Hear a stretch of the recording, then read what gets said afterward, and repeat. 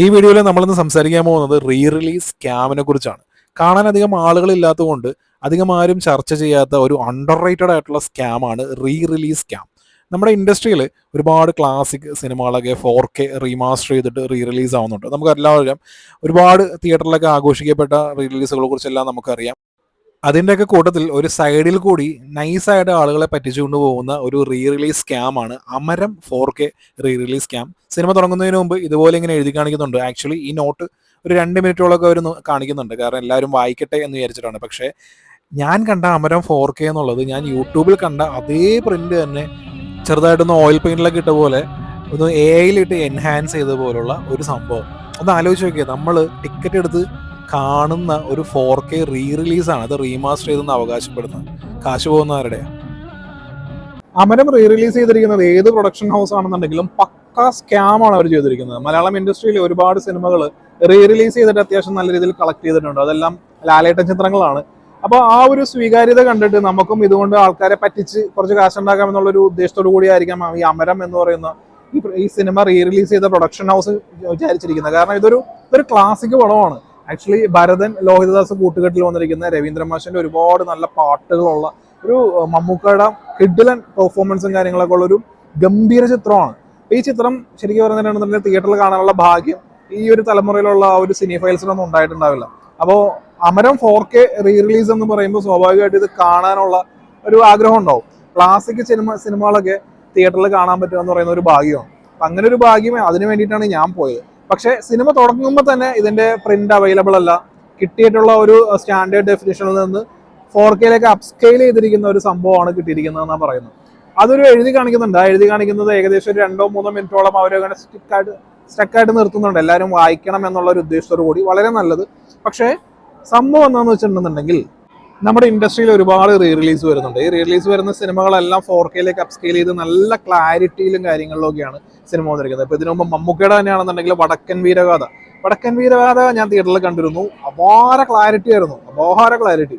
അപ്പോൾ അവർക്ക് ചിലപ്പോൾ ഫിലിം അവൈലബിൾ ആയിട്ടുണ്ടാവാം, അതുകൊണ്ടായിരിക്കും ആ ഒരു രീതിയിലേക്ക് അവർക്ക് അപ്സ്കെയിൽ ചെയ്യാൻ കഴിഞ്ഞത്. അപ്പോൾ ഈ സ്റ്റാൻഡേർഡ് ഡെഫിനിഷനിലാകെ അങ്ങനെ ലഭ്യമായിട്ടുള്ള ഒരു സിനിമ അമരം എന്ന് പറയുന്ന സിനിമയ്ക്ക് ഈ 4K അറ്റ്മോസ് എന്നൊക്കെ പറയുന്ന പോസ്റ്ററൊക്കെ കാണിച്ച് അത് റീ റിലീസ് ആണെന്നുള്ള തെറ്റിദ്ധാരണ ഉണ്ടാകുമ്പോൾ സംഭവിക്കുന്ന കാര്യം എന്താണെന്ന് വെച്ചിട്ടുണ്ടെങ്കിൽ നമുക്ക് ഈ സിനിമ എന്ന് പറയുന്നത് നമ്മൾ ടിക്കറ്റ് എടുത്ത് അകത്ത് കയറി കഴിയുമ്പോഴാണ് നമുക്ക് മനസ്സിലാവുന്നത് ഇത് ശരിക്കും പറഞ്ഞിട്ടുണ്ടെങ്കിൽ ഒരു സ്റ്റാൻഡേർഡ് ഡെഫിനിഷനിൽ നിന്ന് പക്ക യൂട്യൂബ് പ്രിന്റ്, വേറെ ഒന്നുമില്ല, യൂട്യൂബ് പ്രിന്റ് ആണ് ഇവർ കാണിച്ചിരിക്കുന്നത്. തിയേറ്ററിൽ നമുക്ക് യൂട്യൂബ് പ്രിന്റ് കാണണം.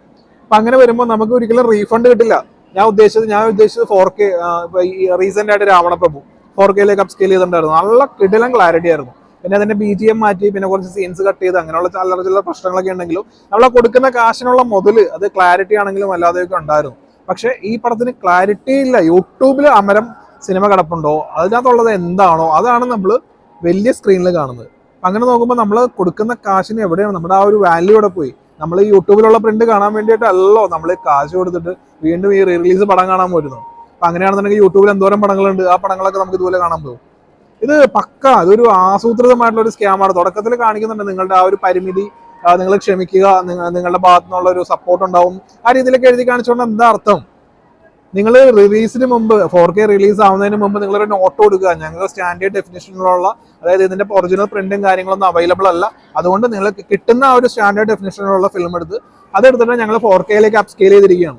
അപ്പോൾ 4K DCPയിലേക്ക് വരുന്നതെല്ലാം 720 പിക്സൽ ക്ലാരിറ്റിയിലുള്ള സംഭവമാണ്. 720 ഉണ്ടെന്ന് എനിക്ക് തോന്നുന്നില്ല, 360 ആയിരിക്കും. ഒരു 360 പിക്സൽ ക്ലാരിറ്റി ഉള്ളൊരു സംഭവം തിയേറ്ററിൽ കാണേണ്ട അവസ്ഥയാണ്. ഇത് മമ്മൂക്ക റീ റിലീസുകളിൽ ഇത് ആദ്യത്തെ സംഭവമല്ല. അത് കൂടുതൽ പറഞ്ഞു കഴിഞ്ഞിട്ടുണ്ടെങ്കിൽ കൂടി പോകും. കാര്യം ഈ ഏത് പടം റീ റിലീസ് ആകുമ്പോഴും ഇത് ക്ലാസിക് പടങ്ങളാണ് കൂടുതലും റീ റിലീസ് ആവുന്നത്. ക്ലാസിക്കും പിന്നെ നമുക്ക് കാണാൻ ആഗ്രഹിക്കുന്നത് നല്ല എന്റർടൈൻമെന്റ് വാല്യൂ ഉള്ള പടങ്ങളൊക്കെ ആയിരിക്കും.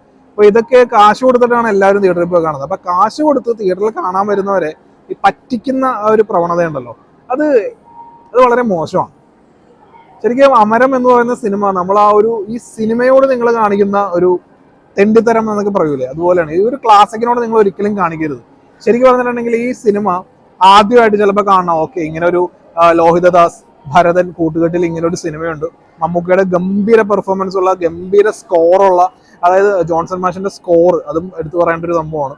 പിന്നെ പാട്ടുകൾ, ഓഫ് കോഴ്സ് രവീന്ദ്ര മാഷിന്റെ പാട്ടുകൾ, അങ്ങനെ ഏത് രീതിയിൽ നോക്കിയാലും ഒരു കിഡിലൻ സിനിമാറ്റിക് എക്സ്പീരിയൻസ് നൽകുന്ന പടം ആദ്യമായിട്ടൊക്കെ കാണാൻ പോകുന്നവരൊക്കെ ഉണ്ടാവും ചിലപ്പോൾ. അതായത് ഓക്കെ, ഇങ്ങനെ ഒരു ക്ലാസിക് ഉണ്ട്, എന്നാൽ ഇത് റിലീസ് ആവുന്നതുകൊണ്ട് ഞാൻ ആദ്യമായിട്ട് തിയേറ്ററിൽ കാണാൻ പോകുന്നു. അങ്ങനെയുള്ളവർക്കൊക്കെ നിങ്ങൾ എന്ത് ചതിയാണ് ഈ ചെയ്യുന്നത്? ഓക്കെ, അന്നത്തെ അങ്ങനെയായിരുന്നു. പക്ഷെ 4K റീ റിലീസ് എന്ന് പറഞ്ഞിട്ട് ഇങ്ങനെ കാണിക്കുന്നത് എന്തിനാ? അങ്ങനെയാണെങ്കിൽ ടി വിയിൽ വരുമ്പോഴോ അല്ലെങ്കിൽ അവൈലബിൾ ആയിട്ടുള്ള ലോ ക്വാളിറ്റി പ്രിന്റിൽ നോക്കിയാൽ പോരെ. ഇത് ഈ റീ റിലീസിൽ നിന്ന് നിങ്ങൾ ഒരുപാട് കാശ് ഉണ്ടാക്കാൻ വേണ്ടി ചെയ്തു എന്ന് ഞാൻ പറയുന്നില്ല. അതിന് മാത്രം ആളുകൾ ഉണ്ടായിരുന്നില്ല. ഞാൻ കയറിയ സ്ക്രീനിൽ വെറും 5 പേരെ ഉണ്ടായിരുന്നുള്ളൂ. 5 പേർക്ക് വേണ്ടി PVR ആയതുകൊണ്ട് മാത്രമാണ് ഇവിടെ 5 പേരോ 2 പേരോ ഒരാളുണ്ടെങ്കിൽ പോലും ഷോ നടക്കുന്നത്. പക്ഷെ നമ്മൾ മുടക്കുന്ന കാശിനുള്ള വെർത്ത് അവിടെ. I am very disappointed, very disappointed. ചില പ്രൊഡ്യൂസർമാരുണ്ട്, ഈ സിനിമയുടെ പ്രൊഡ്യൂസർ, ഞാൻ വിക്കിപീഡിയ ഒക്കെ നോക്കുമ്പോൾ ബാബു തിരുവല്ല എന്ന് പറയുന്ന, ഈ അദ്ദേഹം അറിഞ്ഞിട്ടാണോ ഇങ്ങനെയൊക്കെ ചെയ്യുന്നതെന്ന് അറിയില്ല. ചില സിനിമകൾ അവരുടെ മക്കളെ പോലെ കാണുന്ന പ്രൊഡ്യൂസേഴ്സ് ഉണ്ട്. അപ്പൊ ഇങ്ങനെ അമരത്തിന് അങ്ങനെ ഒരു സംഭവം ആണെന്നുണ്ടെന്നുണ്ടെങ്കിൽ അതങ്ങനെ റീ റിലീസ് ചെയ്യണ്ട. എന്തോരം ക്ലാസിക് റീ റിലീസ് ചെയ്യാണ്ട് പോകുന്നു. നിങ്ങൾക്ക് എന്താ ഇത്ര നിർബന്ധം അമരം റീ റിലീസ് ചെയ്യണമെന്ന്? റീ റിലീസ് ചെയ്തിട്ട് ആൾക്കാരെ കാണിക്കാനാണെന്നുണ്ടെങ്കിൽ ഈ സെയിം സംഭവം ആണെന്നുണ്ടെങ്കിൽ ആൾക്കാർക്ക് യൂട്യൂബിൽ കണ്ടാൽ പോരെ. നിങ്ങൾ ജസ്റ്റ് പറയാ ഓക്കെ, അമരം എന്ന് പറയുന്നത് ഞങ്ങൾ റീ റിലീസ് ചെയ്യുന്നില്ല, ഞങ്ങൾ യൂട്യൂബിൽ ഇട്ടിട്ടുണ്ട്, നിങ്ങൾ വീണ്ടും കാണുക എന്ന് പറഞ്ഞാൽ പോരെ. ഒരു തിയേറ്ററിലേക്ക് കൊണ്ടുവരാനും ഈ ക്യൂബിൽ സംഭവം ഇറക്കാനും ഇതിനൊക്കെ ഒരു ചെലവുള്ളതല്ലേ.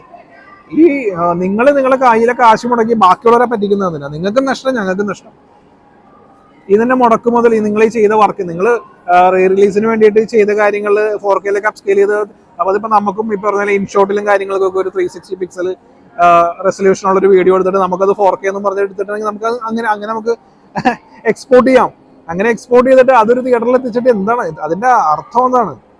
I am totally disappointed. ഈ സ്കാം, ഈ റീ റിലീസ് സ്കാം ഇത് നിർത്തുക, വെറുതെ നാട്ടുകാരെ പറ്റിക്കാനായിട്ട്. അമരത്തിന്റെ കേസാണെന്നുണ്ടെങ്കിൽ ആളുകൾക്ക് കണ്ടിട്ടുണ്ടാവില്ല പ്രോപ്പറായിട്ട്. കാണാത്തതുകൊണ്ടാണ് ഇതിനെക്കുറിച്ച് കൂടുതലായിട്ട് ആരും ഡിസ്കസ് ചെയ്യാത്തത്. ഇപ്പോൾ വെള്ളിയാഴ്ച റിലീസായ സിനിമയാണ്, ഇന്ന് ബുധനാഴ്ച കണ്ട് ഇറങ്ങുമ്പോഴാണ് നമുക്ക് ഇതെന്താണ് ഇത് ഇങ്ങനെയാന്നുള്ളത്. ഇജാതി ഉഡായിപ്പ് റീ റിലീസ് സ്കാം എന്ന് പറയുന്നത് നിർത്തേണ്ട കാര്യമാണ്. അത് എനിക്കറിയില്ല ഇത് ആരിടപെട്ട് നിർത്തണം എന്നുള്ളത്.